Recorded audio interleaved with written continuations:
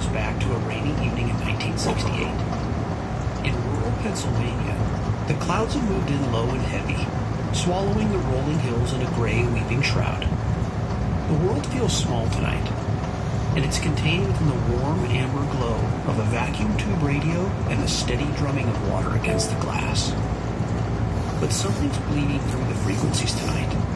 We're about to join Bill Sterling in the booth of WPenn AM 1340. For years, he's been a voice that keeps panic at bay, but tonight, the panic is coming to the microphone. It's a night of unconfirmed reports, of shadows that don't move quite right, and of a rain that won't wash the terror away. But before we step into the booth, please like and subscribe. Your support helps this broadcast reach those who need it for focus, study, or sleep. And if you wish to support the Drift further, links are waiting for you in the description below. But for now, turn off the lights and settle in. The broadcast starts now.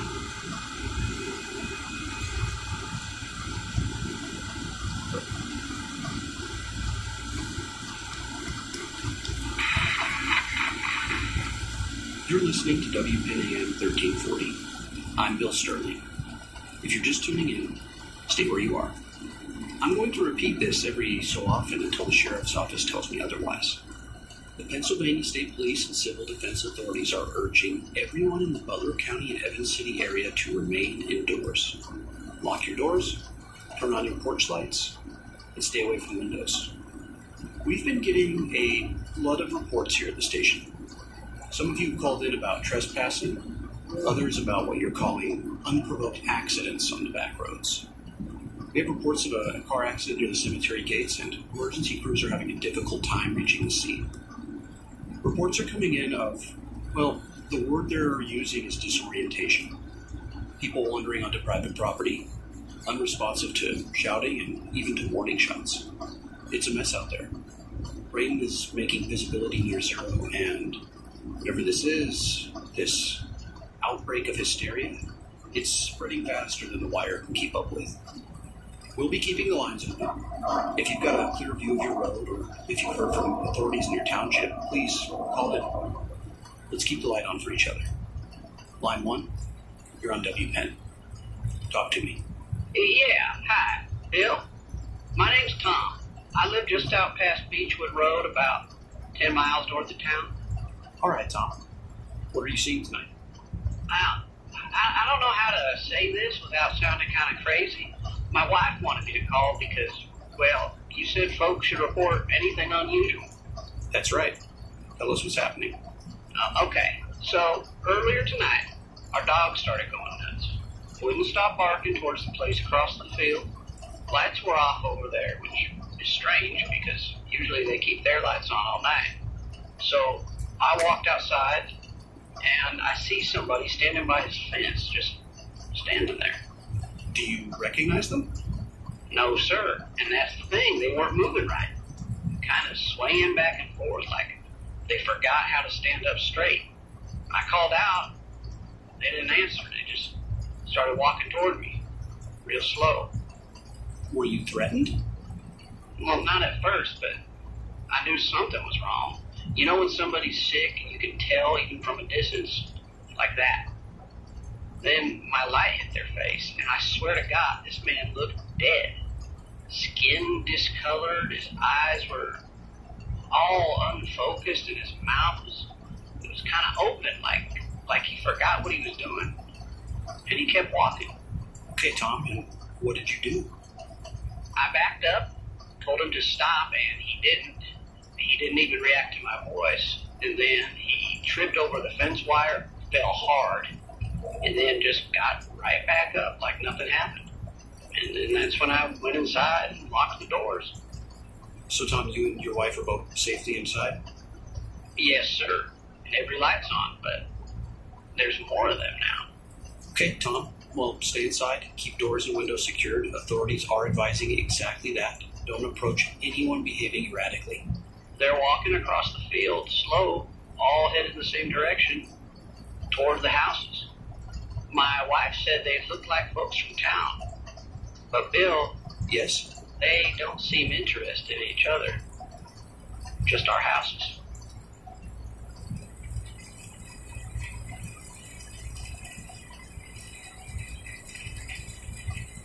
You're listening to Nightline.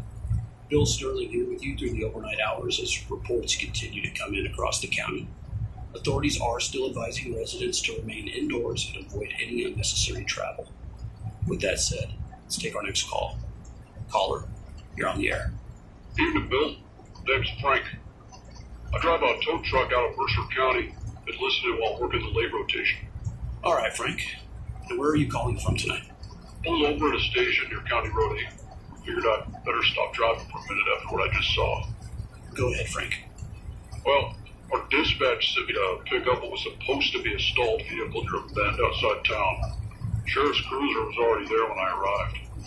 Deputy had a spotlight on a guy walking down the middle of the road, just walking straight down the yellow line. Wow. Well, was the individual injured? It looked like it to me. Clothes torn up, face messed up pretty bad. Deputy kept telling him to stop and step off the roadway. The guy didn't even look at him. Didn't react to the siren either. No response at all. None. Deputy grabbed his arm to move him aside. The man just turned fast and swung right at him. Not wild, just sudden. Knocked the deputy clean backward. Was the officer hurt? What did he do? He got up, drew his gun, and kept yelling at the guy. I stayed by my truck. I didn't feel right getting any closer. Man kept coming. Didn't act like he felt anything, and that's when the deputy fired. Frank, you're saying shots were fired? Yes, sir.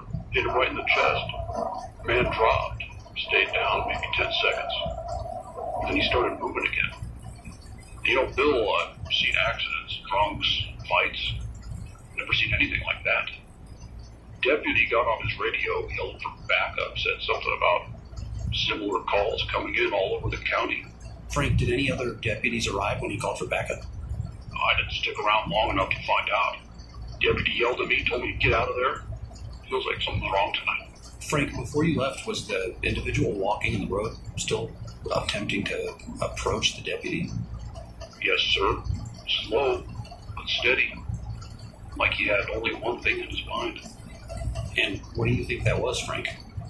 Oh, I couldn't say. People, maybe. Well, that's unsettling. Frank, I appreciate you calling us in. For listeners keeping track, we're now hearing multiple accounts of individuals who appear injured yet unusually resistant to pain and non-responsive to any kind of verbal engagement. Again, there has been no official confirmation regarding the nature of these incidents. Frank, are you heading home now, sir? Yes, sir. I'm not answering any more tonight. No more toes. Probably a wise decision, Frank. Thanks for calling in and sharing with everyone what you witnessed. Drive safe. Thanks. For those just joining us, authorities continue advising residents to remain indoors while law enforcement responds to what they're calling a series of ongoing disturbances. We'll continue gathering verified information before drawing any conclusions. You're listening to Nightline. Stay with us.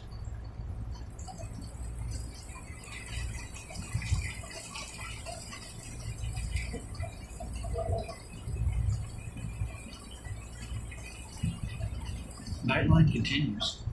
Bill Sterling here with you as reports of unusual disturbances come in from across the region tonight. Caller, you're on the air. Go ahead. Bill? Hi, my name is Carol. I live over on Ridge Avenue. I wasn't sure if I should call, but you said to report anything strange. You did the right thing calling, Carol. Tell us what's happening where you are. I was in the living room watching television. They kept interrupting programs with news bulletins, so I turned down the volume. And I went to close the curtains. That's when I noticed something standing across the street. Someone standing across the street. Standing there for how long? I don't know, long enough that I felt like they'd already been there a while, just facing the houses, not walking, not knocking, just standing. Carol, were you able to make out who it was? Was it a neighbor or someone you know? No, and that's what scared me. We know everyone on this block.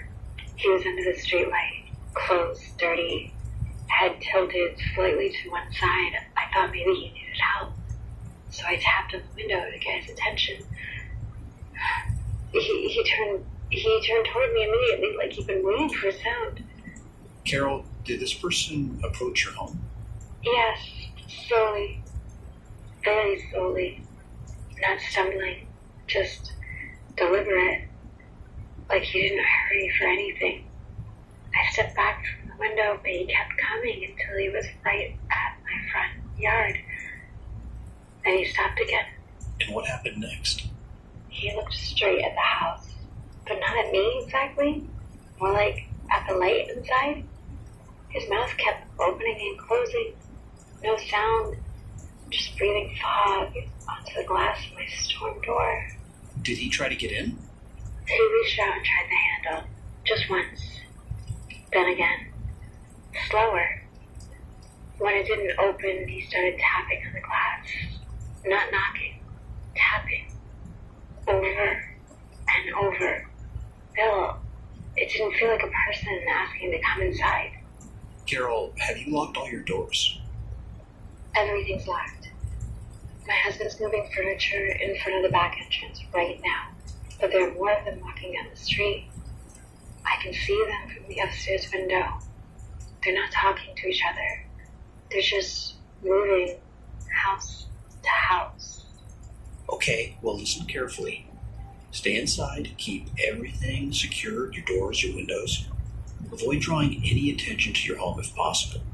Authorities continue advising residents to remain indoors while these incidents are investigated. Are you safe where you are right now? Yes, but Bill, Go ahead. they don't look angry. That's the worst part. They just look empty. Well, Carol, I want to thank you for calling and letting us know what you've seen tonight. Keep your radio on and try to stay inside.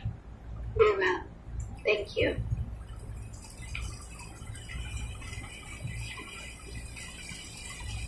For listeners just joining us, we are receiving an increasing number of reports describing individuals lingering near residences and responding strongly to light and movement inside homes. Again, officials have released no confirmed explanation at this time. Until more information becomes available, remaining indoors appears to be the safest course of action. We'll continue taking your calls. This is Nightline.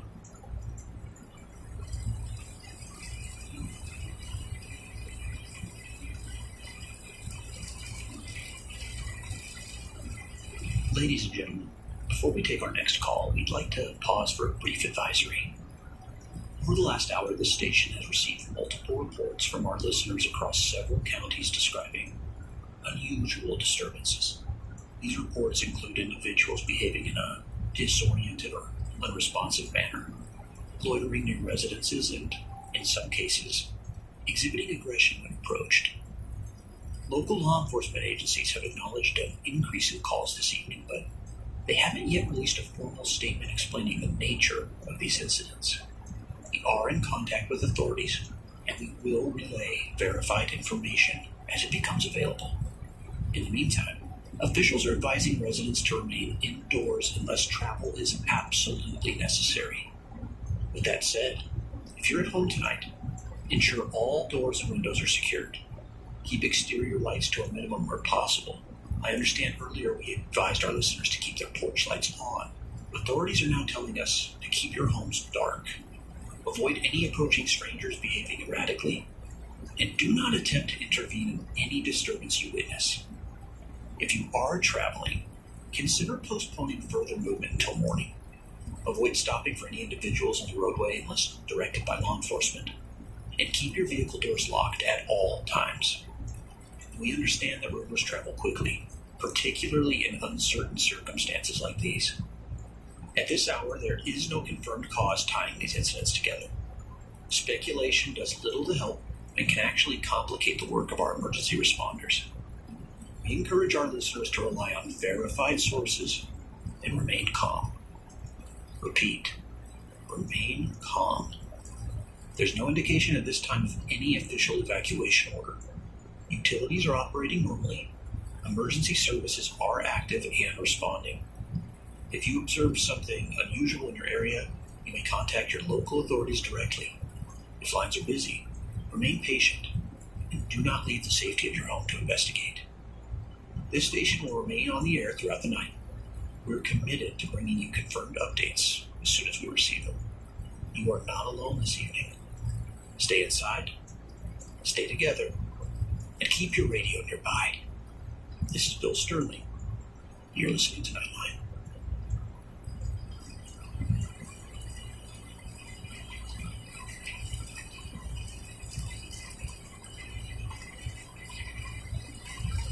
Bill Sterling with you just after 1 in the morning. We've been speaking with residents across the region about unusual disturbances tonight. Caller, you're on the air. Bill, this is Dr. Harold Stevenson. I'm calling from County General Hospital. Doctor, thank you for reaching out. What can you tell us? We're experiencing a significant increase in admissions over the last 2 hours, far beyond a typical Saturday night volume. What sort of cases are you receiving? Primarily blunt force trauma, lacerations, fractures, contusions. Many patients reportedly were attacked or knocked down during altercations. However, there's a second category that concerns me much more. A second category? Please, doctor, go on. Well, several individuals have been admitted with severe bite wounds, arms, shoulders, in one case, the neck. These aren't superficial injuries either. The tissue damage is extensive, to say the least, more consistent with animal bites than with human scuffles. Are you suggesting these were animal attacks? At this time, I am not suggesting anything definitive, only describing wounds. What is unusual is what follows. Within an hour of admission, these patients are developing extremely high fevers, 104, 105 degrees. They become pale, markedly so. Skin loses color very quickly. Blood pressure drops, and profound weakness sets in. Doctor, are your patients responsive? Well, initially, yes.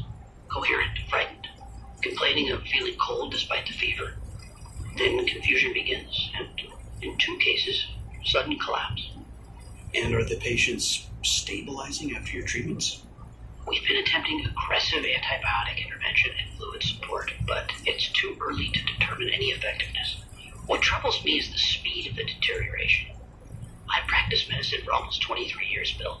I've never seen infection progress at this rate. Doctor, I think our listeners would like to know, is there any indication these cases are connected?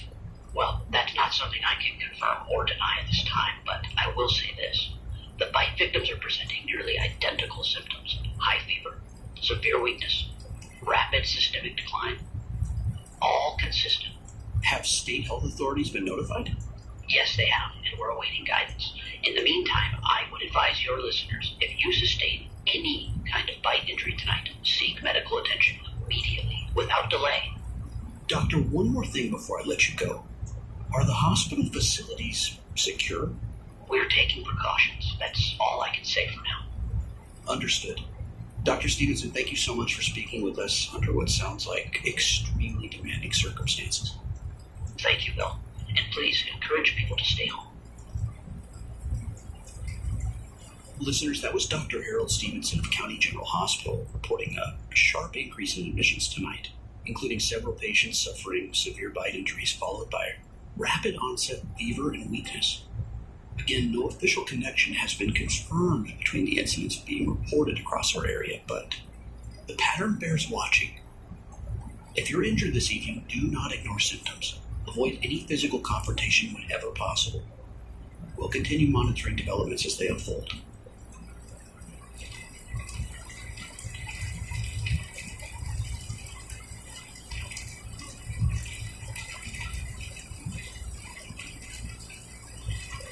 Listeners, this just in. We received a late bulletin from state authorities via regional wire service. I want to read this carefully. Officials are confirming multiple counties across the state are reporting what they're describing as widespread violent disturbances involving individuals exhibiting extreme unresponsiveness to pain. Law enforcement agencies in at least 5 jurisdictions have requested additional manpower. State police are advising all residents to remain inside their homes until further notice. In a related update, medical facilities in several districts have reported unexpected post-mortem movement in at least 2 deceased patients admitted this evening. I'm going to repeat that. Hospitals are reporting movement in patients who were previously pronounced deceased. No further explanations have been provided at this time. State officials are urging the public not to panic and are emphasizing that investigations are ongoing. Additionally, we're hearing preliminary confirmation that emergency crews are being advised to secure head injuries when responding to violent encounters. That guidance has not yet been formally explained. Again, no confirmed cause has been announced. There's been no declaration of martial law, and utilities remain operational. But the scope of these disturbances appears broader than initially reported. If you're still listening to this broadcast, stay indoors, do not approach injured strangers, and avoid any unnecessary contact until authorities can clarify what we're dealing with tonight. We'll continue monitoring the wire for updates as they arrive. This is Bill Sterling. You're listening to Nightline.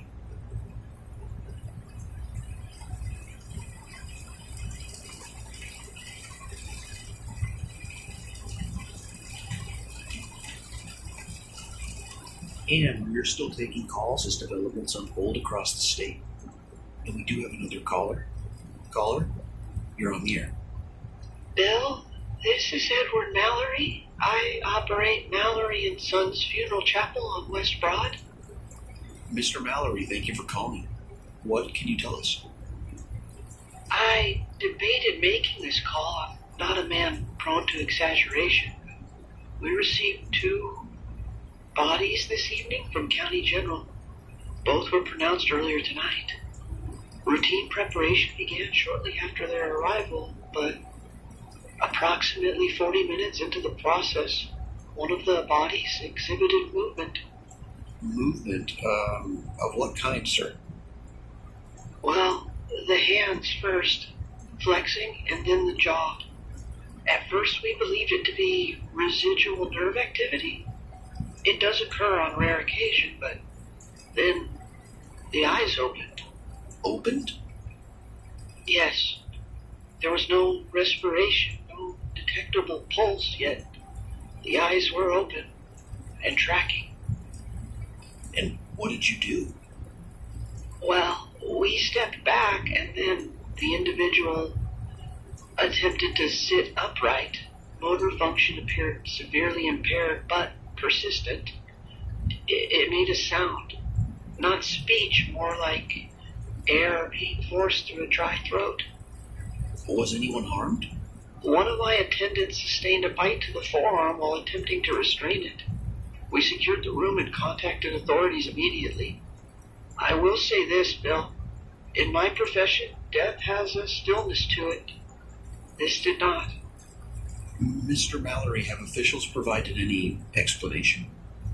None that I would consider sufficient, but they did advise us specifically to ensure severe cranial trauma and any instance of reanimation. Those were the words used. Reanimation. And sir, your facilities, are they secure at this time? Yes, for now, but we have 3 additional arrivals expected before dawn, and I'm no longer certain what that means. Well, thank you for calling, Mr. Mallory, and please continue to take precautions.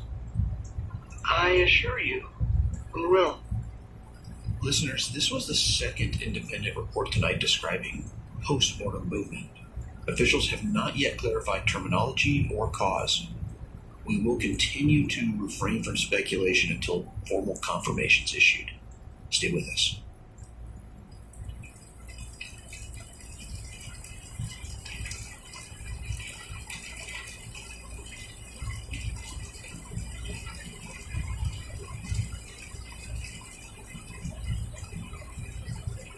Bill Sterling speaking. Caller, you're on the air. This is Deputy Collins, Mercer County Sheriff's Office. I don't have long. Deputy, we appreciate you calling. What have you encountered out there tonight? We responded to 11 disturbance calls in the last hour. Individuals reported injured, attacking residents, ignoring ignoring commands. We've attempted standard force protocols and they were ineffective. Ineffective how? Torso shots did not stop forward movement. Repeatedly. In 2 confirmed instances, subjects continued advancing after sustaining what would normally be fatal wounds. Deputy, what did stop them? Cranial impact, direct trauma to the head. When the brain is destroyed, movement ceases immediately. You're certain of this? Yes, sir. We've relayed updated guidance to all responding units. Avoid close contact and do not attempt restraint. Aim high if engagement is unavoidable. Oh, and Bill, Yes, go ahead. these individuals, they don't respond to pain. They don't retreat. They only move forward toward people. Deputy, at this point, are you advising residents to arm themselves? I am advising residents to remain inside and let law enforcement handle it. But secure your homes. Do not open doors for anyone you cannot positively identify. We are stretched thin tonight. Understood. Deputy Collins, thank you for your service and for updating our listeners. You're welcome. Keep them calm, Bill. Listeners, you just heard from Deputy Collins of the Mercer County Sheriff's Office. He's confirmed that severe trauma to the head appears to halt the movement described in multiple incidents tonight. We will continue to verify this information, and if you're at home, remain there. The situation seems like it's evolving rapidly.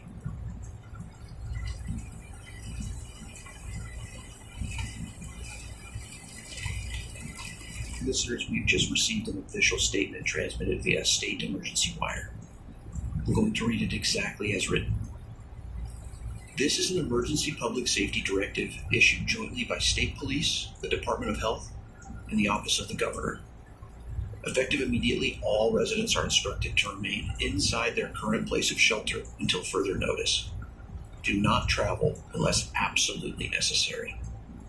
Reports have confirmed multiple incidents involving deceased individuals exhibiting post-mortem motor function and aggressive behavior. Citizens are advised that these individuals should be considered extremely dangerous. Do not attempt physical restraint. Do not approach. In the event of unavoidable confrontation, destruction of the brain has been observed to immediately terminate motor activity. Medical facilities are currently experiencing a surge of admissions relating to bite trauma and blunt force injury. Individuals sustaining bite wounds may experience rapid onset of high fever, confusion, and physical weakness. Anyone exhibiting these symptoms should be isolated immediately and medical authorities contacted if possible. All local law enforcement agencies are authorized to use necessary force to contain affected individuals. The National Guard has been placed on standby. Residents are instructed to secure all entrances and remain indoors. Avoid opening doors to any unknown persons. Extinguish unnecessary lighting that might draw attention. Keep battery-powered radios accessible in the event of electrical interruption. And to remain calm and await further instruction. This directive remains in effect until rescinded. Listeners, that concludes the statement. And again, this is now an official public safety directive, so remain inside. Do not engage, and stay tuned to this frequency for verified updates as they are transmitted.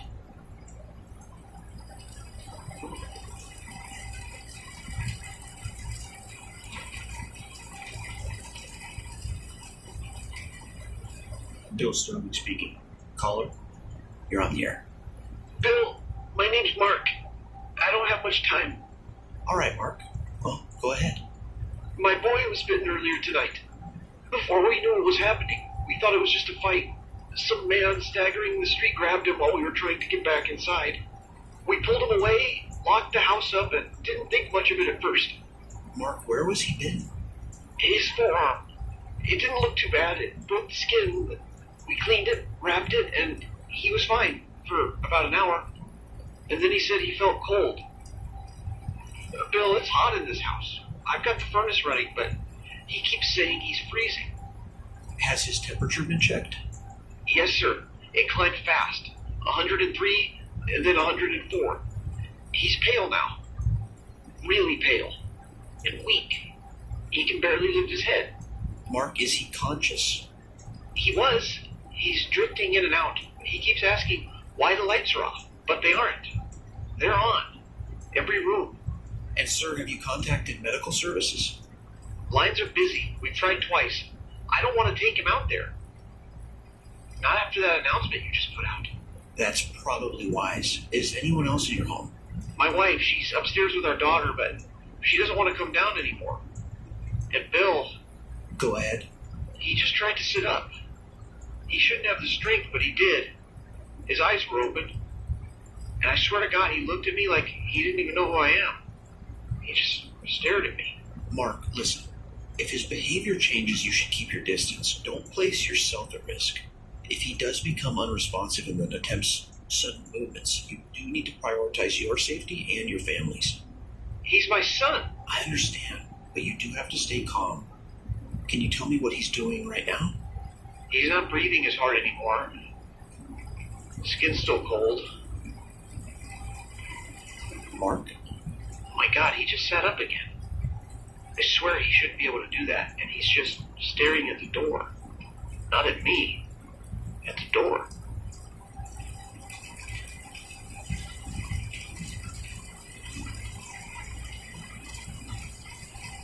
Nightline. Caller, you're on the air. Bill, my name is Rebecca. I need to report something. Go ahead, Rebecca. About 20 minutes ago, someone tried to force their way into my house. Back door. They didn't knock, they just started pushing. I thought someone was trying to break in because of everything happening tonight, so I grabbed my husband's old revolver. Were you alone in the home? Yes, and I shouted that I'm armed. I didn't get an answer, but the door kept moving against the frame, so I fired. Twice. The pushing stopped. I waited, and I didn't hear any footsteps running away, so I looked out my kitchen window, and he was on the ground, not moving. Did you contact the police? I tried. The line was busy, so I stayed by the window, and after a minute he moved. Not like someone hurt, like someone getting up from a nap. Slow and stiff, but he stood back up. Rebecca, were you able to see his face? Not clearly. It was dark, but the porch light caught his hand when he grabbed the railing, and I saw a ring. It was silver with a thick band and a small square black stone. My brother wore that ring every day since he was 18. We buried him with that ring on last November. And you're certain it was the same ring? There's a chip on the corner of the stone. It's sometime he dropped it while working on his truck, and it was there. I saw it. He tried the door again after that. He never said anything. He just kept pushing. What did you do? I remembered what that deputy said about the head. So when he stepped back into the light again, I aimed higher. He didn't get back up that time. Rebecca, are you secure now? Are you safe? Yes. I locked everything. But Bill, that was my brother's ring. I watched them lower him into the ground. Rebecca, stay inside your home. Don't approach the body. I'm sure authorities will respond when they're able. And hey, you did what you needed to do to remain safe. Thank you for calling, and thank you for telling us what you saw. I didn't think it could be him. I still don't want to think it is. Listeners, if you've recently lost someone and you encounter an individual that looks like them tonight, don't let familiarity override caution. What we're witnessing doesn't appear to follow the rules as we once understood them. Remain indoors, secure your homes, and don't open the doors to anyone you cannot positively identify, regardless of who you believe them to be.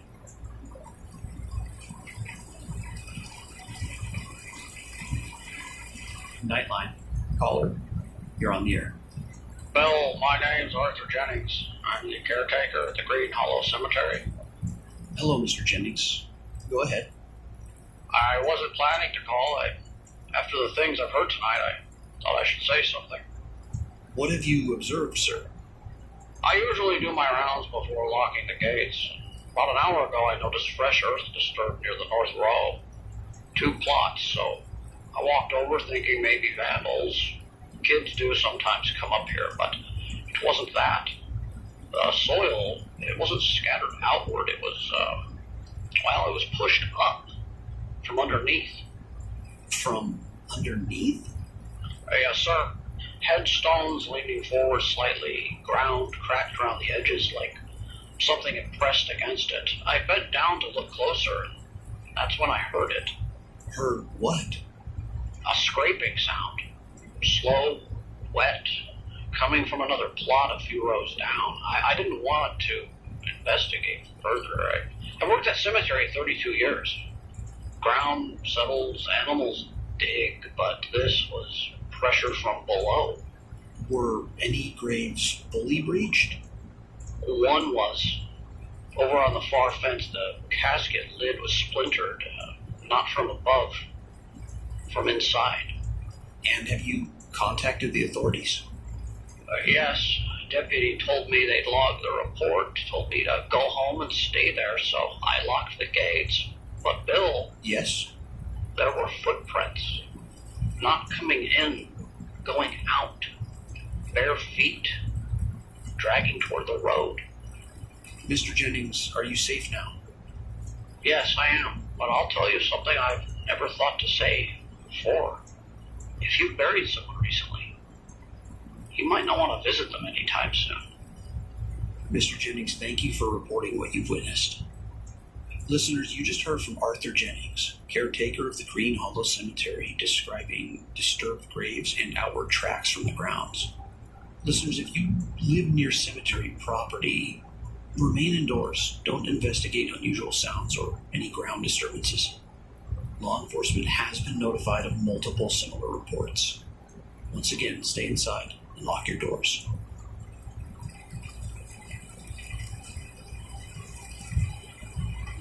Listeners, we're going to pause our broadcast once again for a broader update. In addition to calls we've aired tonight, this station has received numerous reports through police van monitoring, wire services, and direct communication with surrounding counties. I'm going to summarize a few of those now. Earlier this evening in Franklin Township, officers responded to what was believed to be a traffic fatality. The victim was pronounced deceased at the scene. Approximately 12 minutes later, while awaiting transport, the individual reportedly regained motor activity and attempted to stand. 2 officers sustained injuries during the encounter before the subject was subdued. In another incident outside Mill Creek, a family reported hearing a persistent knocking at their storm cellar door.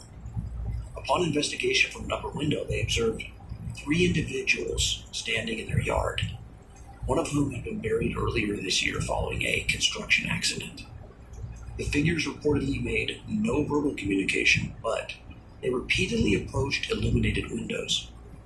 And just before midnight, state troopers responding to a farmhouse fire discovered multiple bodies inside the residence.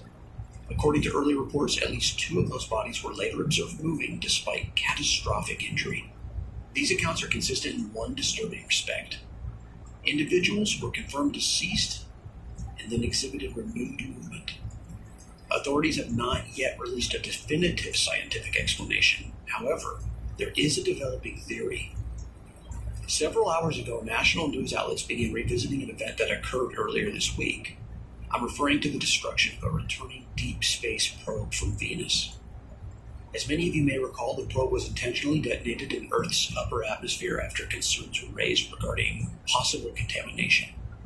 Preliminary data suggested the craft had encountered unusually high levels of an unknown radiation while orbiting Venus. In televised interviews earlier tonight, several scientists speculated, cautiously, that atmospheric dispersal of that radiation may have interacted with recently deceased human tissue in an unforeseen manner. To be clear, not all experts agree with this hypothesis. Some researchers argue there was insufficient evidence linking the probe to current events. Others contend the timing is too coincidental to dismiss. What is known is this: the disturbances began shortly after the probe's destruction. Reports of post-mortem motor activity followed within hours. Whether the radiation acted as a catalyst or whether another cause remains undiscovered has not yet been determined. But many within the scientific community are privately acknowledging a possibility once confined only to theory, that recently deceased human bodies are being reactivated, not restored to life as we understand it, but animated. without higher reasoning, without recognizable consciousness, driven by impulses we're only beginning to document. State officials have neither confirmed nor denied the radiation theory. They are urging patience while federal investigators examine atmospheric samples and hospital data. Until then, we're left with the field observation. And the field observation tells us this: the dead are not remaining still tonight. So once again, remain indoors, avoid contact, and do not let familiarity cloud judgment. And keep this frequency tuned. We'll remain here as long as transmission is possible.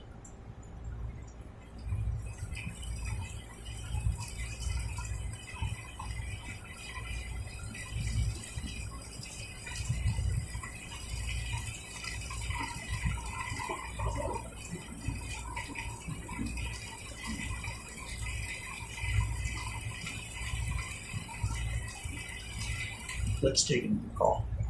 Caller, you're on the air. Bill, my name's Thomas. I live out on County Line Road. I thought I'd call before I can't. All right, Thomas, take your time. What's happening? Well, you've been talking about bites, about fevers, and what comes after. Figured I'd confirm it for you. My wife bit me about 3 hours ago.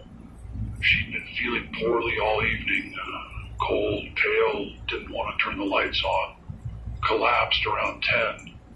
Stopped breathing around 10:15, so I sat with her. I didn't think much about what the radio and the news was saying yet, and she sat up. Thomas, were you injured when this happened? When I tried to calm her, she grabbed the back of my neck and her teeth sank in deep. It didn't feel like anger, just instinct. I got free, I locked her in the bathroom, and after that, I've been sitting here in the kitchen ever since, just having a bottle of whiskey and listening to you. Have you developed any symptoms? Started about an hour ago. Fever came fast. I thought the alcohol might help. It didn't. Skin's cold now. Even though I'm sweating, my hands are shaking. It's hard to hold the phone. Are you alone in the house now? Yes. We never had children. No neighbors close enough to matter. Just me. Thomas, for now, I think it's best if you keep distance from anybody else. If you start to feel disoriented or... Already there, Bill. Room keeps dimming, lights aren't changing, but everything looks farther away. You said it earlier, high fever. Weakness. That's about right. Bill, I don't want to hurt anyone. I locked the front door, the back door too. I took my keys and I threw them out into the yard. Figured maybe that'll buy time. Thomas, listen very carefully. If you're beginning to lose awareness, put the phone down and maybe move somewhere contained. Try to keep barriers between yourself and any exits. I'm already sitting against the pantry door, hammer next to me, just in case I change my mind. You ever think about how quick it all goes? 40 years married, and then you're listening to a radio and waiting for you to stop being you. Thomas. I think the fever might have just broke all at once. Is that normal? Based on other reports tonight, yes. Cold now. Real cold. Hard to feel my hands. I gotta go.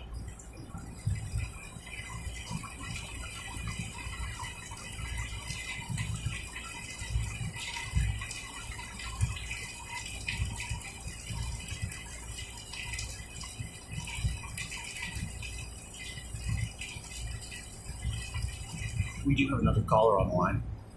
Caller, you're on the air. Hello, Bill.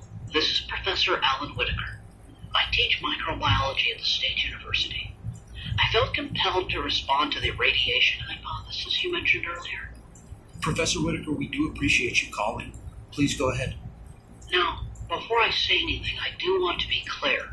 I'm not dismissing the possibility that the Venus probe incident is related. However, the idea that atmospheric radiation alone is selectively reanimating deceased tissue is scientifically problematic. Problematic in what way? Well, put simply, radiation damages cells. It doesn't restore organized motor function. So, what's being described tonight, coordinated movement, goal-directed behavior, sensory response, it suggests a biological process, not a simple reactivation of dead muscle fibers. So what then? Are you suggesting infection? Possibly. Consider this.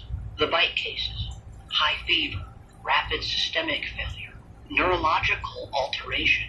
That pattern is far more consistent with an aggressive pathogen than random radiation exposure. Well, how would that account for those individuals already deceased? And that is the troubling question. There are rare organisms, certain parasites, certain viral agents, capable of altering host behavior. In theory, if such an agent were latent within the population and suddenly triggered or accelerated, it could explain the synchronized onset. Triggered by what? By radiation exposure? Perhaps, or by something else entirely. The timing with the probe is suspicious, but correlation is not causation. I worry that the radiation theory provides psychological comfort. It gives the public a single event to blame. But if this is microbial in origin, it could already be widespread. Professor, are you implying everyone could be infected? No. I'm simply implying we do not yet understand the mechanism, and that uncertainty is more dangerous than any single theory. What would you advise our listeners to do? For now, avoid exposure to bodily fluids, isolate bite victims. Do not assume the phenomenon is limited to those recently interred. If this is systemic, it may not require burial to manifest. And Bill, I do have colleagues in at least 3 other states reporting similar events, so this is not regional. Understood. And Professor Whitaker, thank you for offering a measured perspective during what's clearly a developing crisis. Let's just hope we're wrong about the scale. Good night, Bill. Listeners, that was Professor Alan Whitaker of State University urging caution regarding the prevailing radiation hypothesis and suggesting a possible biological mechanism instead. Tonight, we're hearing competing explanations from the same terrifying observations. Radiation from a returned space probe, an unknown infectious agent, or perhaps something we haven't yet named. What remains constant is the behavior described in every report. The dead are moving, and the living are becoming vulnerable through contact. We will continue to bring you informed perspectives as they become available. Stay indoors, stay vigilant. This is Nightline.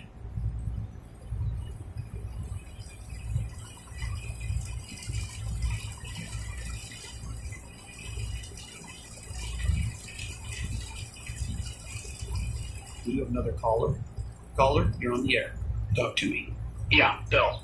I heard that professor earlier talking about microbes, radiation, mechanisms. He thinks this is something you can diagram on a chalkboard. Science can't explain this. Sir, we're presenting all available perspectives. No, you're dressing it up. You're trying to make it manageable. There's no lab report for what's happening. This is the end of times, and we've earned it. Well, sir, that's your interpretation. Tell me, what are you seeing where you are? I'm in my house. I'm watching out the window. 6 of them are moving down the block. Slow, quiet. And you know what they're not doing? They're not fighting each other. They're not confused. They haven't argued. They don't compete. One just walked straight into another and kept going. No reaction. Like, they're hardly even aware of their own kind. They only react when someone living makes noise. A dog barked 2 houses down. Every one of them turned at once. Not towards each other, toward the house. Oh, sir, I think you should turn off your lights, stay indoors. I'm not afraid of them. Why would I be? They're not interested in me unless I make myself known. to them. They're not angry. That's the part the professor who called doesn't understand. There's no rage in them, just purpose. And that purpose is us. It sounds like you're assuming intent where there may be biological stimulus. Stimulus? Is that what we're calling it? They rise from graves. They ignore each other completely. They move only toward the living, and you think it's radiation? No. This is judgment. We built everything to serve us. And now, something else is rising that doesn't need us. Doesn't negotiate, doesn't debate, just advances. They don't hesitate, they converge, like they're waiting for a signal. Well, sir, regardless of what you believe this represents, it's still physically dangerous. You should stay indoors. You don't get it. You still think this is about safety. This is bigger than that. Look at them, Bill. They don't attack each other. They don't turn on their own. Only the living. This isn't chaos, it's design. And if it's design, then maybe it's correction. We've had our time. Sir. Now, I'm not hiding. If they come for me, they come. I won't pretend this is some accident of physics. This is the end of the world. And maybe it's overdue.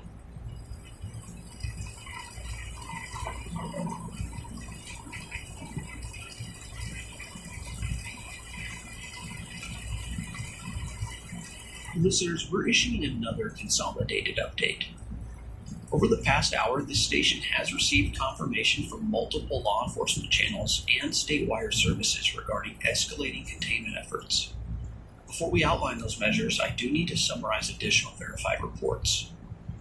Deputies in Lincoln County responded to repeated emergency calls from a rural residence. Upon arrival, officers discovered 3 individuals attempting to force entry into a farmhouse. All 3 had previously been pronounced deceased earlier this evening following separate incidents. According to field reports, standard engagement procedures were ineffective. Movement ceased only after direct cranial trauma was administered. Officers on scene have described the behavior as single-minded and unresponsive to negotiation. In a separate case outside Brookfield, highway patrol units encountered a stalled school bus blocking a secondary road. The driver, declared deceased at the scene of an earlier collision, was later observed walking along the shoulder of the highway. Several motorists who stopped to assist were injured when the individual approached without warning. Again, movement reportedly stopped only after destruction of the brain. These accounts are consistent with what we've heard throughout the night. Now, to containment measures.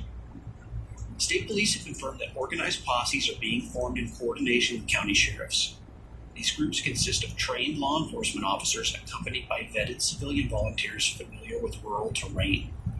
Their objective is to sweep affected areas at first light, neutralize active threats, and secure residential zones. Let me emphasize, these posses are operating under official authority. Citizens are strongly discouraged from forming independent armed groups without direct coordination from law enforcement. Untrained confrontation increases risk.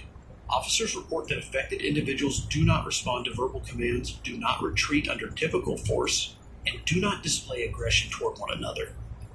Their behavior appears directed solely toward living persons and illuminated structures. As a result, residents are urged to remain indoors, avoid drawing unnecessary attention through light or noise, and do not attempt to retrieve bodies from outdoor property. Do not investigate disturbances in fields, cemeteries, or roadways. Law enforcement has further advised that emergency response times may be significantly delayed due to call volume.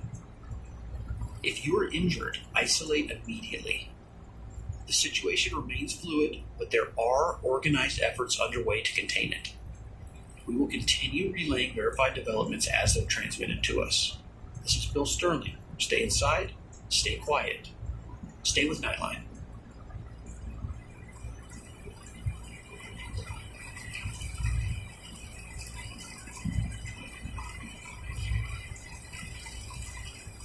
Nightline. Caller, you're on the air. Bill, I've been listening all night. I just wanted to say something. Go ahead. Well, you keep telling people to turn off their lights. I'm not doing that. May I ask why? Because I refuse to sit in the dark. I've got every light in this house on. Living room, kitchen, upstairs, hallway, and the television too.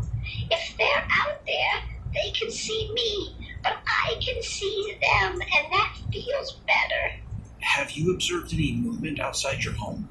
Yes, 3 of them passed earlier.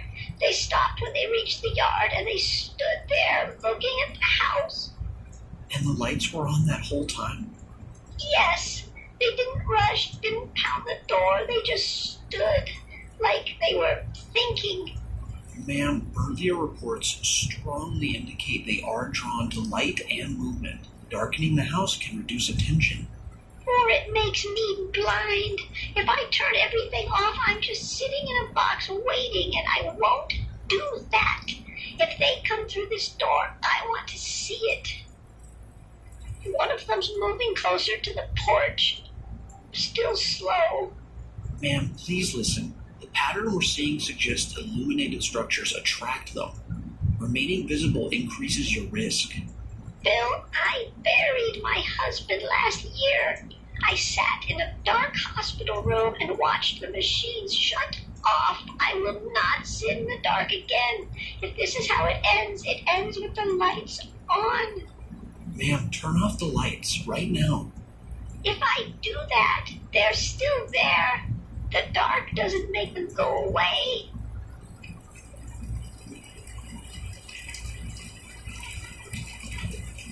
Nightline, Bill Sterling here. Caller, you're on the air. Bill, this is Deputy Harris. Part of the county sweep team moving around here Route 9. Figured you'd want an update. Deputy Harris, we appreciate you checking in. What's the situation there? We've got 12 officers and about 8 local volunteers. Daylight, just over an hour off. We've been moving through farmland first. Reports of multiple figures drifting between properties. We've engaged 3. Engaged how? Confirmed what you've been hearing all night. Torso shots, ineffective. Headshots, immediate cessation. No hesitation, no retreat. They do not respond to commands. They don't flee. They don't attack each other. Hell, they don't even seem aware of each other. Only us. Deputy Harris, are they increasing in number? Hard to say in the dark. Feels like they're coming from open fields mostly. Roadways too. They're not running, they're just arriving. We burned 2 earlier after neutralizing. Bodies don't move once the brain's destroyed. That part's solid. And do you believe this can be contained? Well, at sunrise, visibility improves. That's in our favor. But Bill, this isn't like a riot or a storm. There's no center to hit. They're scattered everywhere. Someone dies tonight, for any reason, they're likely getting backed up. That's the real problem. We're moving. Bill, tell people to stay inside until we clear their area. We don't need crossfire. Understood. Thank you, Deputy Harris, and please stay safe. We'll do what we can.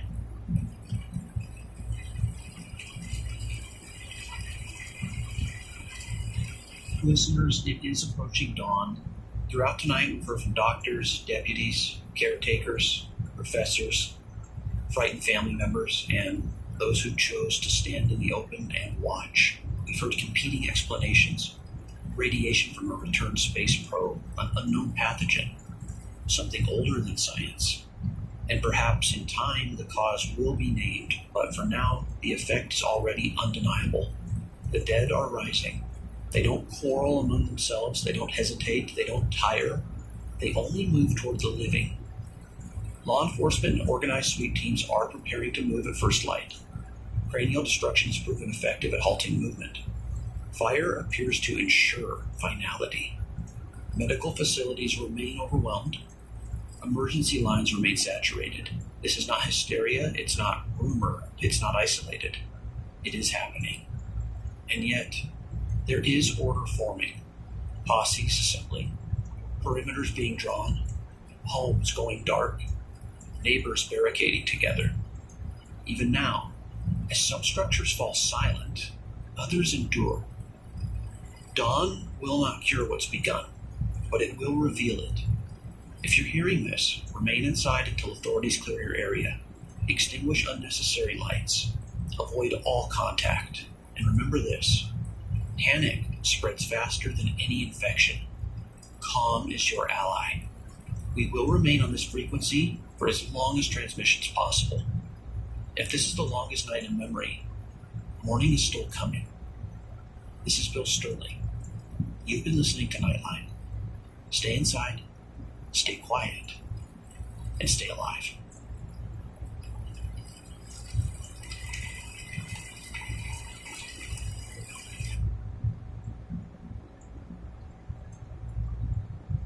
Nightmares.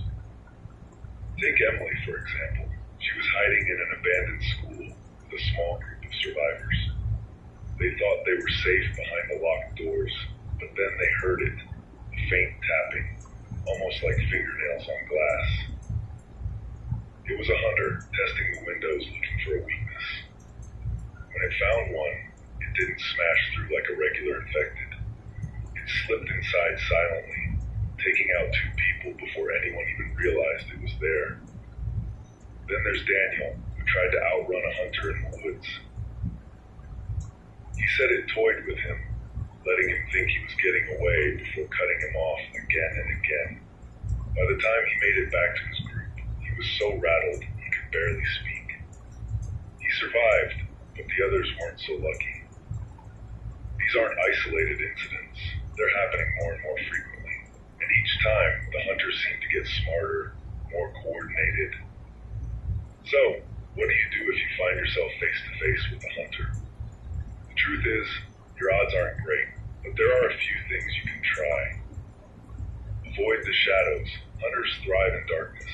Stick to well-lit areas if you can, and avoid places where they can easily hide or ambush you. Stay quiet. They hunt by sound as much as sight. If you hear one nearby, freeze. Don't move unless you absolutely have to. Aim for the head. Hunters are faster and tougher than regular infected, but a shot to the head will still take them down. Just make sure you don't miss. Don't go alone. Hunters are less likely to attack larger groups. There's strength in numbers, even against these monsters. Set traps. If you know a hunter is stalking you, use it against them. Tripwires, noise distractions, anything that can slow them down or give you an opening to escape. And most importantly, if you see those glowing red eyes in the darkness, run. Run as fast as you can. Here's the most unsettling question of all. What do the hunters want? The infected are driven by primal hunger, but the hunters, they're different. They don't just kill to feed. Survivors have reported seeing hunters watching them from a distance, as if studying them. Some even claim the creatures seem to recognize them, targeting specific individuals in their group. It's almost as if they have a purpose, a goal beyond simple survival. Are they hunting us for sport, or are they following some kind of instinct, something buried deep within the virus or their creators? Survivors, the hunters are out there. They're faster, smarter, and more dangerous than anything we've faced before, and they're not going away. We need to learn everything we can about them, because ignorance will get us killed. Stay vigilant, stay prepared, and remember, the moment you let your guard down is the moment they strike.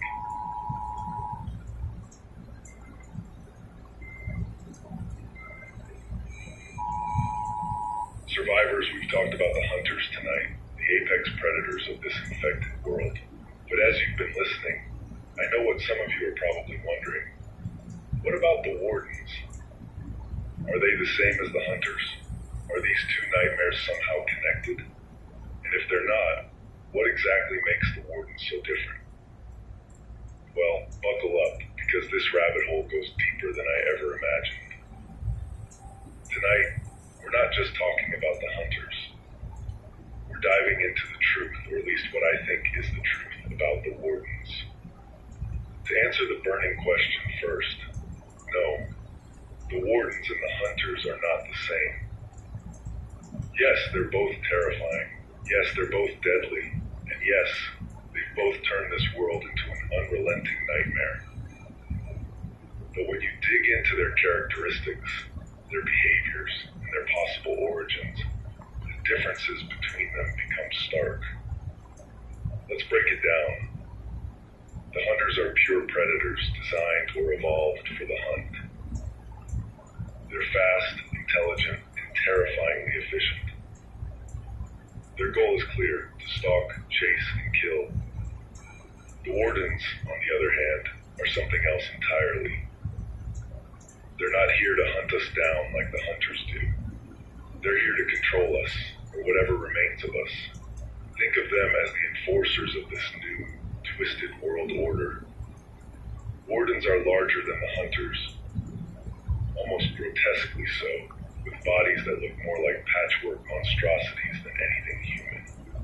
Their movements are slower but deliberate, as though every step they take serves a purpose. They carry with them an aura of authority, a presence that freezes survivors in their tracks. And here's the most chilling part. While the hunters are largely silent, the Wardens, they speak. Not in full sentences or coherent thoughts, but in broken, guttural phrases that mimic human speech. Survivors have reported hearing them say words like return, control, or even their names. Names of survivors the Wardens somehow seem to know. To understand the Wardens, we have to go back to the early days of the outbreak, back when Gen X Dynamics was still playing God in their underground labs. Remember, Gen X wasn't just trying to create a super soldier or cure disease. They were trying to reshape humanity itself. Part of their research focused on controlling the infected, turning them into tools or weapons that could be deployed at will. The Wardens, it seems, were one of their experiments.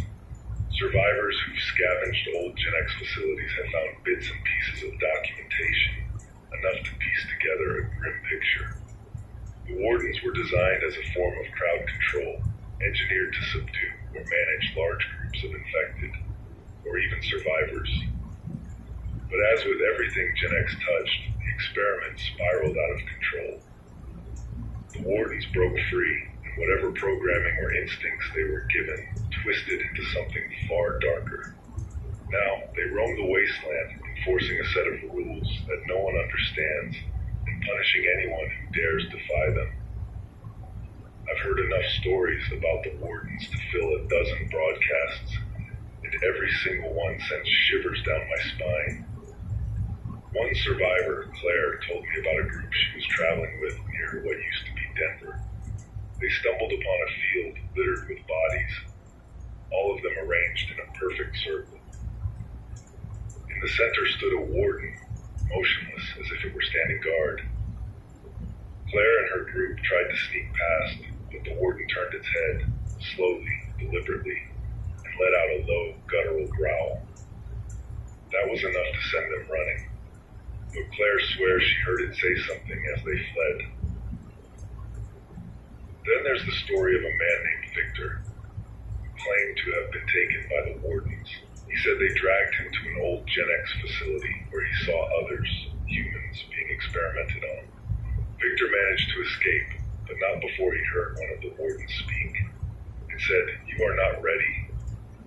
And finally, there's the tale of the Sanctuary Massacre. You remember Sanctuary, don't you? That so-called safe zone that turned out to be a death trap. Survivors from that night reported seeing Wardens among the horde, but they weren't attacking. They were directing the infected, guiding them like shepherds, guiding sheep. It was the Wardens who opened the gates, who ensured no one got out alive. So how do the Wardens and the Hunters fit together? This is where things get murky, survivors. Some believe the Wardens are an advanced form of the Hunters, a further stage of the virus's evolution. Others think the two are entirely separate creations of Gen X Dynamics, designed for different purposes. There's even a theory that the Wardens control the Hunters, using them as their enforcers. Think about it. The Hunters' intelligence, their coordination, it could all be the result of the Wardens' influence. But here's the kicker. There are survivors who claim to have seen Wardens and Hunters in the same place, and the two seemed at odds, as if they were competing for dominance. that's true, then whatever Gen X unleashed isn't just a threat to us, it's a threat to itself.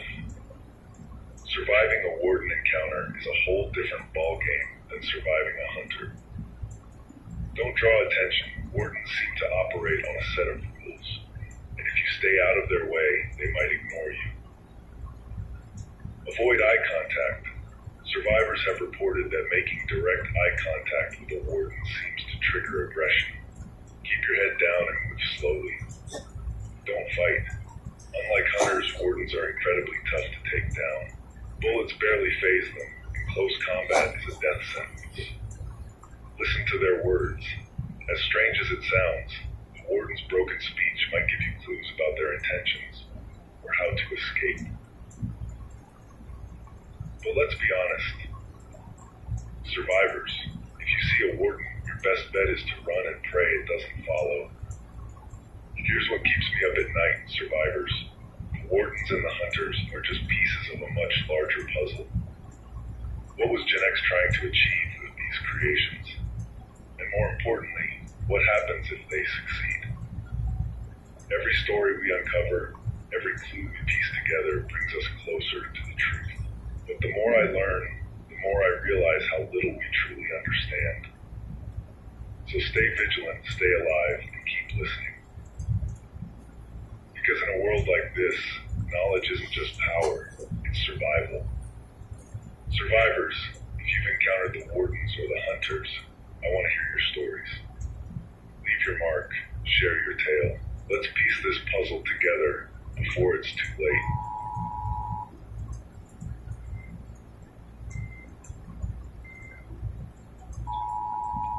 Tonight I'm diving deep into the unholy triangle that ties together the wardens, the hunters, and the masterminds behind it all, Gen X Dynamics. These aren't just separate pieces of a nightmare puzzle. They're threads in a tapestry of horror, woven together with intention, cruelty, and, dare I say, brilliance. For those of you just tuning in, the wardens are the enforcers, the controllers, with their ominous presence and chilling utterances of human-like speech. The hunters are the predators, the stalkers, the ultimate killing machines born from this viral nightmare. And Gen X Dynamics, they're the ones who lit the fuse that started this apocalypse. So how are they all connected? What ties these monstrosities together? Let me take you on a journey into the very heart of this darkness. Before the world collapsed, Gen X Dynamics was heralded as the future of biotechnology.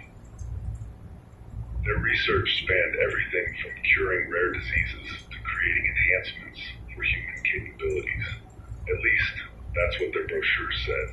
Behind the scenes, they were playing with fire, experimenting with genetic manipulation and viral weaponization.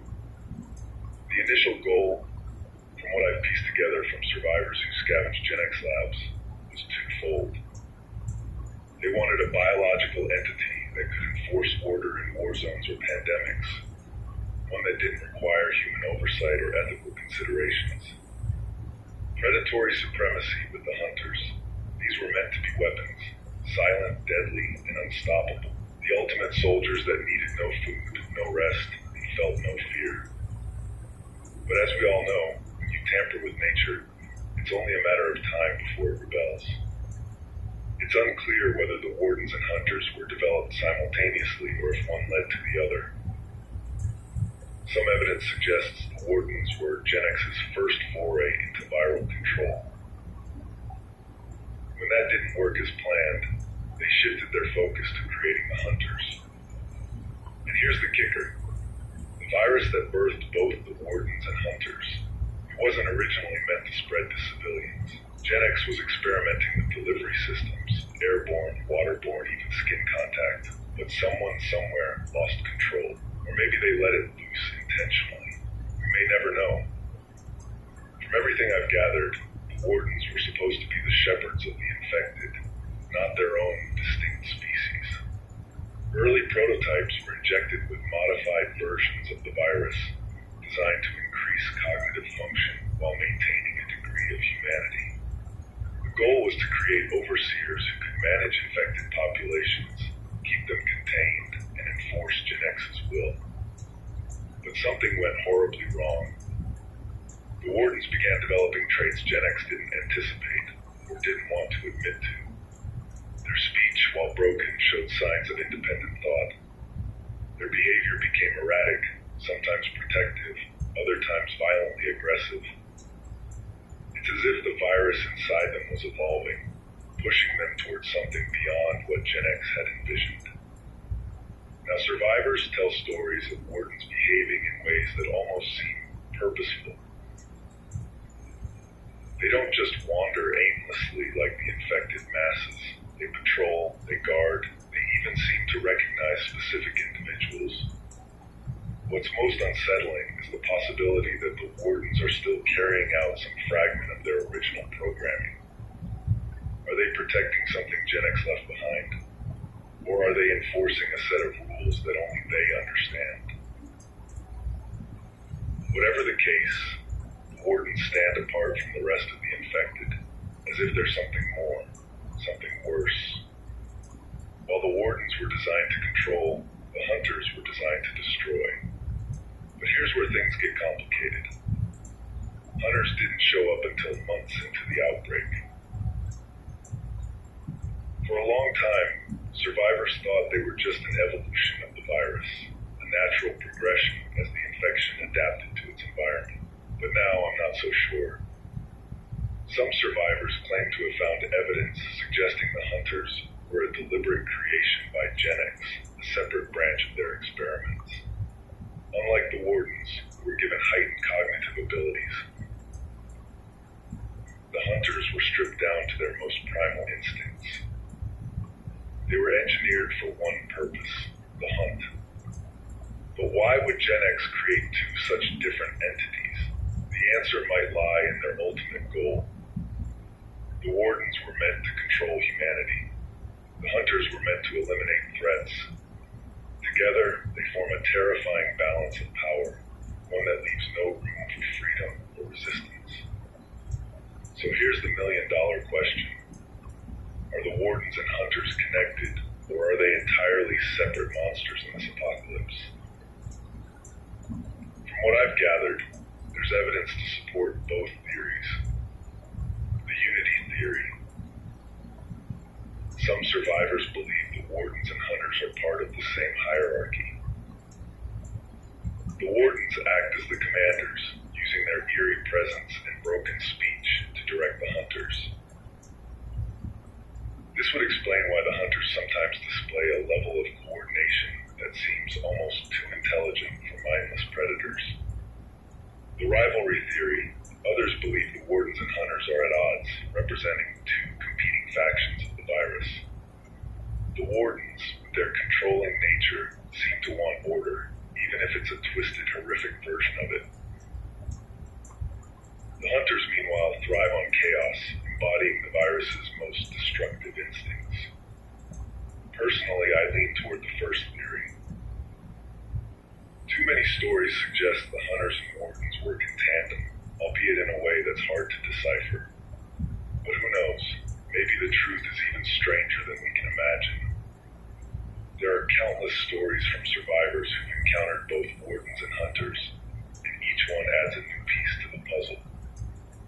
One group of survivors in the Midwest reported seeing a Warden standing atop a hill, flanked by a pack of Hunters. The Hunters didn't attack until the Warden growled something incomprehensible. It was as if the Warden was giving them orders. Another survivor told me about a time they saw a Hunter attack a Warden.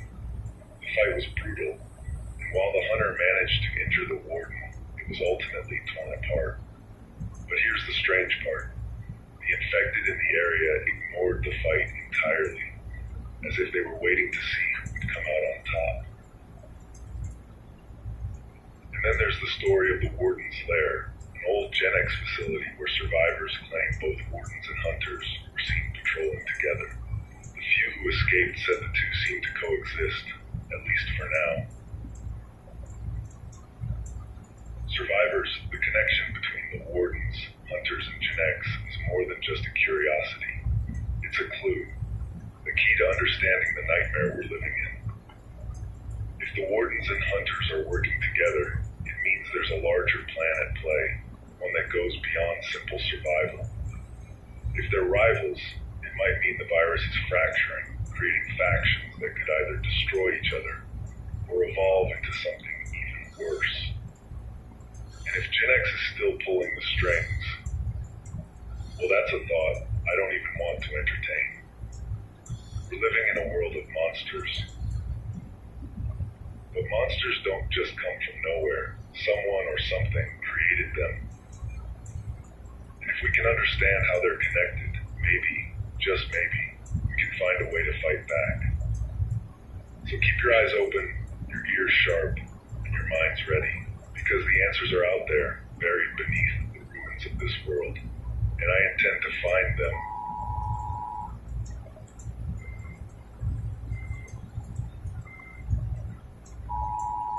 Survivors, tonight, I'm taking you back to a place that's haunted my thoughts since the day I stumbled upon it, a forgotten military outpost. For those who've been with me since the start, you'll remember the journal I found there, the one that told the harrowing story of Subject Zero and detailed the early days of the outbreak.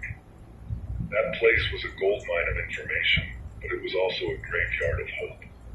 When I left the first time, I knew there was more buried within those walls, something I didn't have the courage to face back then. But I went back.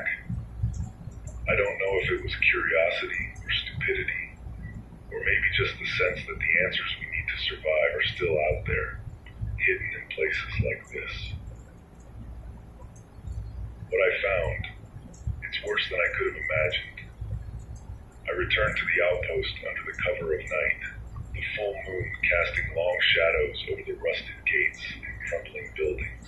The place hadn't changed much, or so I thought. The air was heavy, almost suffocating, as if the outpost itself resented my presence. Every step echoed in the silence, each creak of metal and crunch of gravel a reminder that I wasn't supposed to be there. The first time I explored this place, I stayed on the surface. Offices, barracks, storage rooms, but this time I went deeper. There's a subterranean level beneath the outpost, sealed off by thick steel doors. The journal mentioned it briefly, calling it the core. It was where the real work happened, the experiments that birthed the nightmare we're living in. It took hours to find a way inside, prying open rusted locks, navigating collapsed corridors, but eventually I made it. And what I found down there, it felt like stepping into the mouth of the beast. The underground facility was vast, its walls lined with shattered glass and overturned equipment. The air was thick with the stench of decay, and the faint hum of generators suggested that some systems were still operational. One room stood out, a containment chamber, its walls scorched and cracked as if something had tried to claw its way out. Inside, I found cryptic logs on a half-functioning terminal. These weren't your typical military reports. They were fragmented, full of jargon and redactions, but the pieces I could decipher painted a grim picture. Here's an excerpt I managed to transcribe. Day 27, Subject 14 exhibited signs of cognitive resistance. Attempts to subdue mental activity through Compound Z failed. Aggression levels increasing. Potential for escalation uncontained. Day 42, Subject 0 remains unique. Neural activity surpasses expectations. Genetic markers suggest adaptability beyond control. Termination protocols denied. Day 58, specimens 22 to 30 show promising results as predators. Enhanced speed and reflexes achieved. Awaiting behavioral conditioning tests. Does that sound familiar, survivors? It should. Those are the hunters. The outpost was their birthplace. And Subject 0, well, he was something entirely different. Something they didn't fully understand. And neither do I. But it wasn't just the logs. There were recordings, too. I listened to some of them, though I wish I hadn't. The screams, the begging, the cold, detached voices of scientists talking about human beings like they were nothing more than test subjects. It was hell, captured on tape. Further into the core, I found a storage room filled with crates marked with the GenX Dynamics logo. Inside were vials of a strange liquid, one glowing faintly in the dark. Was this the virus in its pure form? A cure or something else entirely? And then there was the cell. It wasn't like the other containment chambers. This one was pristine, almost sterile, with reinforced glass and heavy-duty locks. Inside, there were claw marks on the walls, but they weren't the erratic scratches of a mindless infected. They were deliberate, patterned, almost as if whoever or whatever was inside was trying to communicate.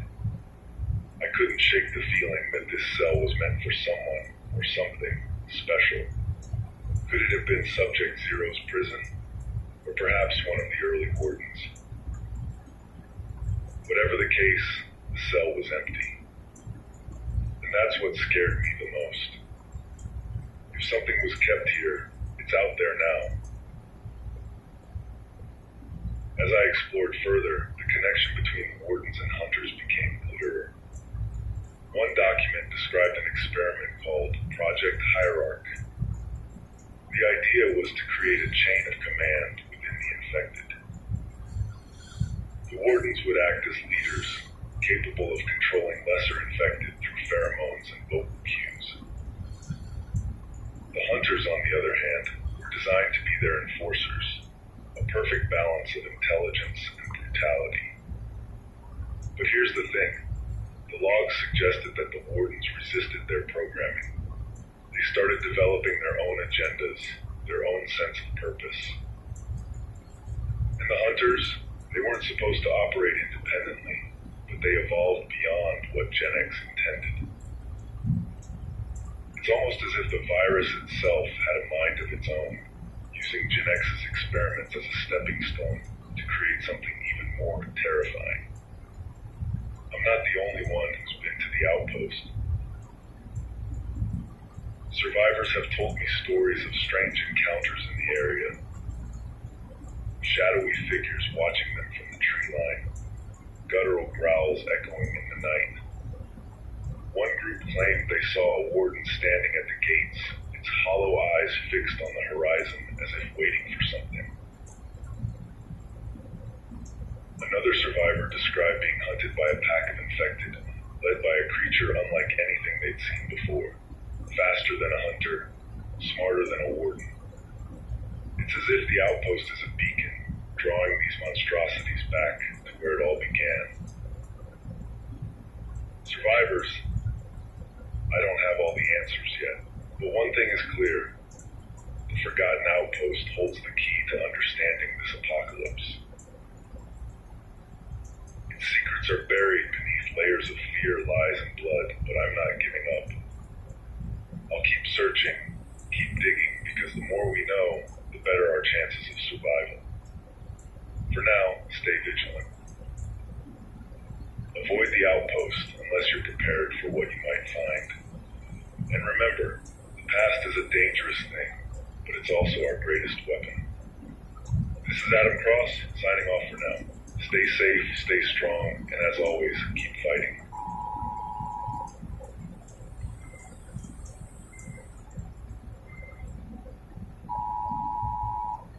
Survivors.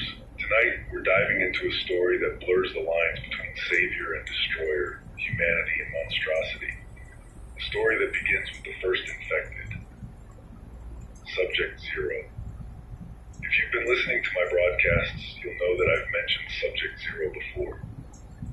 He was the first human host of this virus, a man who unwittingly became both patient and experiment, condemned by forces beyond his control. But since the outbreak, he's become something more. He's not just a name in a journal or a ghost from the past. Survivors have seen him. They've felt his presence. And what they've described, well, it's not easy to put into words. Subject Zero has become a legend among survivors, a figure whispered about in the dead of night. Some describe him as a specter, gliding silently through ruined cities and desolate landscapes. Others say he's more like a force of nature, an unstoppable entity that leaves devastation in his wake. One survivor I spoke to, a man named Carter, claimed to have seen Zero on the outskirts of a small abandoned town. Carter said he was scavenging for supplies when he noticed a tall, gaunt figure standing in the middle of the street, backlit by the pale glow of the moon. He wasn't like the others, Carter told me. His movements were too controlled, too deliberate. He looked at me, Adam, he saw me, and for a moment, I thought he was going to kill me. But then he just walked away. Carter swears Zero even muttered something under his breath as he passed. He couldn't make out the words, but he's convinced it was some kind of warning. Not all encounters with Subject Zero have been so benign. I've heard stories of survivors who crossed his path and didn't live to tell the tale. Groups torn apart in an instant, their camps reduced to smoldering ruins. One woman described seeing Zero tear through a horde of infected, only to turn on her group moments later. It was like he couldn't decide what he was, she said. One minute, he was protecting us. The next, he was the monster we were running from. And then there's the story of a young boy, barely old enough to speak, found wandering alone near the wreckage of what used to be a safe zone. The boy didn't say much, but he kept repeating one word over and over. Elijah. That name haunted me. Survivors, before he became Subject Zero, he was Elijah Carr, a brilliant scientist, a man with a family, a man who believed he was saving the world. Could it be that some fragment of Elijah still exists within the creature he's become? Or is it just the delusions of those desperate to believe there's still hope? If Zero does retain fragments of his humanity, it raises a critical question. Could he hold the key to reversing this nightmare? The journal I found at the outpost hinted at his unique biology, describing how his body adapted to the virus in ways no one else's could. Unlike the mindless infected, or even the cunning hunters, Zero is something entirely different, a hybrid of man and monster, intelligence and instinct. But if we're pinning our hopes on him, we're walking a dangerous line. The same traits that make him a potential savior also make him the ultimate threat. He's stronger, faster, and smarter than anything Gen X ever created. And as far as I can tell, he's not bound by the virus's usual limitations. The question isn't just whether we can find him, it's whether we should. Survivors Subject Zero's journey has left a trail of tragedy in its wake. There's a town in the Midwest, what's left of it anyway, that serves as a grim testament to what happens when Zero loses control. The place was called Rosewood, a quiet community that managed to hold out longer than most. They had walls, supplies, and a strong sense of unity. But then one night, Zero came. No one knows why he was there, or what triggered the carnage. Maybe it was the scent of blood, the cries of a newborn child, or some distant memory tied to the place. Whatever it was, by dawn, the town was gone. Buildings reduced to rubble, bodies littering the streets. And yet, in the ashes, they found something strange. A single message scrawled on a wall in what looked like dried blood. Not safe. Nowhere is safe. Was it a warning, a declaration, or the ramblings of a fractured mind? We may never know. One thing is clear. Gen X Dynamics is at the heart of Zero's story. They created him, shaped him, and unleashed him upon the world. And now, it seems, he's become their biggest regret. I've intercepted fragments of old communications, panicked messages from Gen X scientists discussing how to contain him. They called him the anomaly, a variable they couldn't predict or control. Some even theorized that Zero's actions are part of a larger plan, one that's not entirely his own. What if the virus itself was using him as a tool, a way to spread its influence and evolve further. It's a chilling thought, survivors, but it's one we can't ignore. Every day, the reports grow more frequent. Zero has been spotted in the ruins of major cities, wandering through forests, even lingering near survivor camps. Some say he's searching for something, or someone. Others believe he's drawn to places tied to his past, retracing the steps of a life he's long since lost. But here's the most unsettling part. Wherever he goes, the infected seem to follow. Not the mindless hordes, but the wardens and hunters. It's almost as if they're protecting him.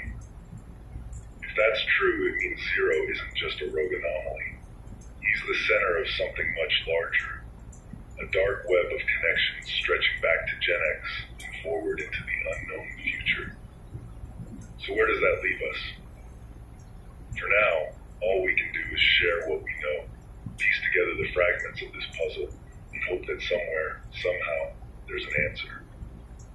If you ever encounter him, survivors, remember this. He's not like the others. He might spare you, he might destroy you, or he might give you the one clue we need to end this nightmare. Keep your eyes open, keep your wits about you, and above all, keep surviving. This is Adam Cross, signing off. And as always, stay strong, stay safe, and don't stop fighting.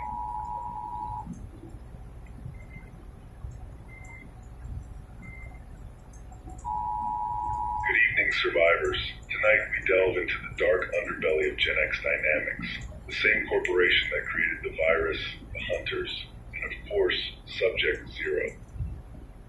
We've already uncovered enough to make anyone question their faith in humanity, but the truth is, we've only scratched the surface. Rumors are swirling. Fragments of whispered stories, strange sightings, and terrifying accounts from those who dared to get too close to Gen X facilities. I've pieced together what I can, but I warn you, what I'm about to share will shake you, because the virus wasn't the end of Gen X's experiments. It was just the beginning. It seems that while the world was crumbling, Gen X wasn't just sitting back and watching their work unfold. No, they were doubling down, pushing the boundaries of science and morality even further, in a desperate bid to control the chaos they unleashed. I've come across references to what they called the Shadow Projects, classified experiments that make the creation of the virus look like child's play. One of the most chilling details comes from an intercepted audio log. A frantic scientist can be heard whispering, "Project Harbinger is operational, but we've lost containment. They're evolving faster than expected." Harbinger, a word that implies doom, and from the reports I've gathered, that's exactly what it brought. The first sightings of what survivors now call the Harbingers came from a group scavenging near a Gen X research facility in the Rockies. They described grotesque hybrid creatures, far removed from the infected we know. One survivor claimed they had the size and strength of wardens, but moved with the speed and agility of hunters. Their skin was mottled, as if stitched together from multiple sources, and their eyes glowed faintly in the dark, like embers smoldering in a dying fire. They didn't just chase us, one survivor said. They hunted us. It was like they were playing with us, testing us, herding us into a trap. I've never seen anything like it. Another report came from an abandoned safe zone near the Gulf Coast. Survivors found strange claw marks gouged into concrete walls and pools of viscous black liquid that seemed to bubble and writhe on its own. They fled before seeing whatever had left those marks, but the message was clear. Something new was out there, and it was worse than anything they'd faced before. The question that haunts me is this: why? Why would Gen X continue these experiments when the world was already falling apart? What were they hoping to achieve? Some speculate they were trying to create a new class of creatures, ones that could replace the hunters and wardens as ultimate weapons. Others believe they were experimenting on the virus itself, attempting to create a strain that could be controlled, weaponized, and sold to the highest bidder. And then there's a more sinister theory that Gen X wasn't trying to end the outbreak, they were trying to perfect it. To build a world where the infected weren't mindless monsters, but tools. Tools they could command to reshape society in their image. One of the most disturbing accounts I've heard comes from a survivor named Leah. She was part of a small group that stumbled across a hidden Gen X facility deep in the Appalachian Mountains. At first, we thought it was abandoned, Leah told me. The place was falling apart, broken windows, rusted doors, overgrown with vines. But then we found the lower levels. What they found there was straight out of a nightmare. Rows of glass tanks filled with murky fluid, each containing something barely human. Some of them looked like they were asleep, Leah said. Others, they were moving, twisting and writhing like they were trying to get out. Leah's group didn't stick around to see what would happen if they did. They fled, but not before hearing a low, guttural growl echoing through the halls, a sound that seemed to follow them long after they'd left the facility behind. It's not just the creatures, survivors. There have been reports of strange phenomena near other Gen X sites, things that defy explanation. In the Midwest, survivors have spoken of areas where the infected behave differently, almost as if they're being controlled. They move in coordinated patterns, circling camps and cutting off escape routes, something we've never seen from the mindless hordes. And then there's the story of a survivor named Benny, who claimed he saw a light, a brilliant, pulsating glow emanating from the ruins of a Gen X lab in Nevada. I thought it was salvation, Benny said, but when I got closer, I realized it wasn't a light at all. It was something alive, something watching me. Benny didn't stick around to find out what it was, but the implications are terrifying. If Gen X was experimenting with more than just biology, if they were tampering with forces we don't understand, it could mean we're dealing with threats far beyond the scope of anything we've seen so far. Here's where it all ties back, survivors.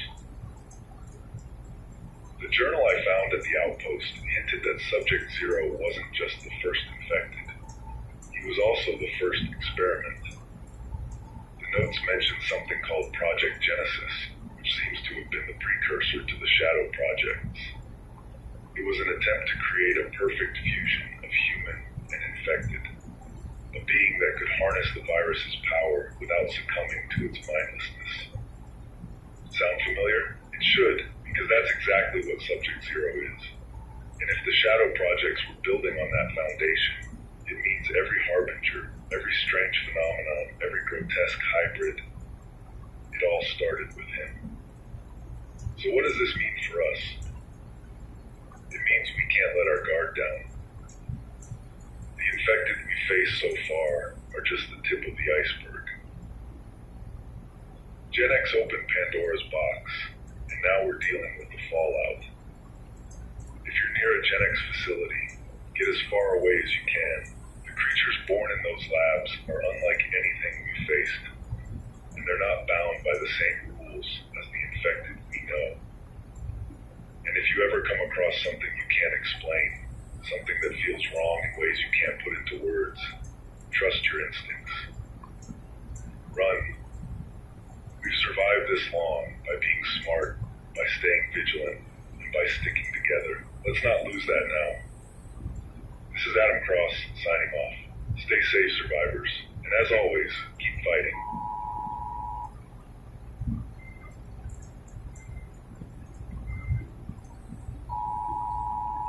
This is Adam Cross.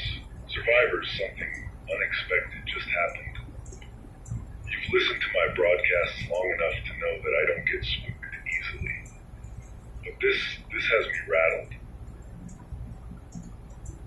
About an hour ago, while I was preparing tonight's broadcast, my frequency was hijacked. At first, I thought it was a technical glitch, static breaking in, the usual interference. But then I heard it, a voice clear as day. It wasn't one of our survivors. It wasn't one of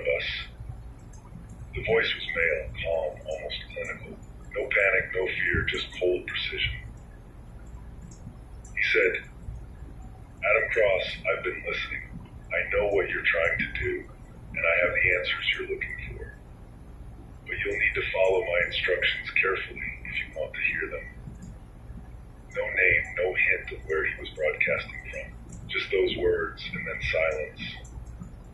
I tried to respond, but there was no answer. The signal cut out as suddenly as it came in. I know what you're thinking, survivors. It's a trap, right? A ploy by raiders, or maybe even Gen X Dynamics themselves to lure me out. But here's the thing. The man knew too much. He referenced things I've never said on air.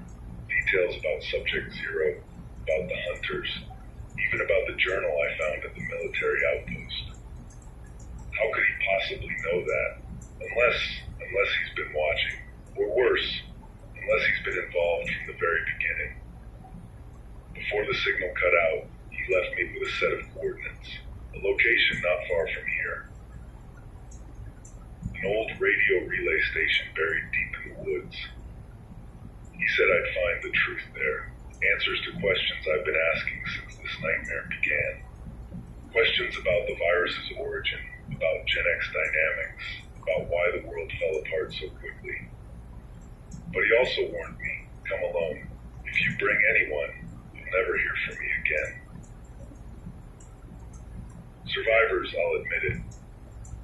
This sounds like a death sentence, but if there's even the slightest chance that this man is telling the truth, can I afford not to go? There's another possibility. What if he's one of us? I've heard rumors, whispers really, about a group of scientists who tried to expose Gen X Dynamics before the outbreak. People who knew what was coming and tried to stop it, only to be silenced when everything went to hell. What if this man is one of them? Someone who escaped, someone who's been hiding, waiting for the right moment to reach out. But then again, if that's true, why wait until now? Why contact me of all people? And why the secrecy? Or is it Gen X? Of course, there's the darker possibility. What if this isn't a survivor? What if this is Gen X?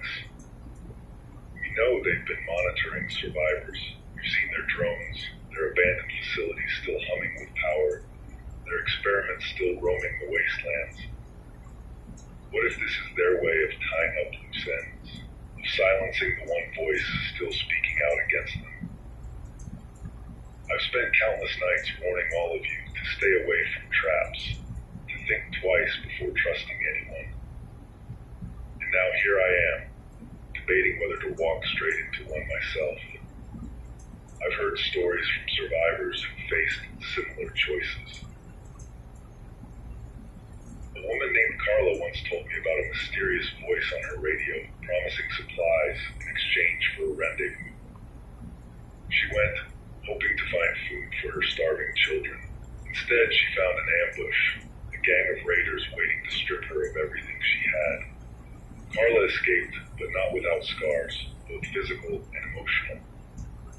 Then there's the story of Marcus, a scavenger who stumbled across a functioning radio tower. He heard voices pleading for help, claiming they were trapped and surrounded by infected. Marcus risked his life to get to them, only to find the tower empty. No people, just a looping recording and a pack of hunters waiting in the shadows. Survivors, I've always said, trust is a luxury we can't afford. And yet, here I am considering breaking that very rule. This is where I need you, survivors. You've been with me since the beginning, through every broadcast, every revelation, every nightmare. What would you do? Should I follow the coordinates and risk walking into a trap? Or should I stay here, keep broadcasting, and let the opportunity slip away? I'll be honest, part of me is terrified, but another part is desperate to know the truth.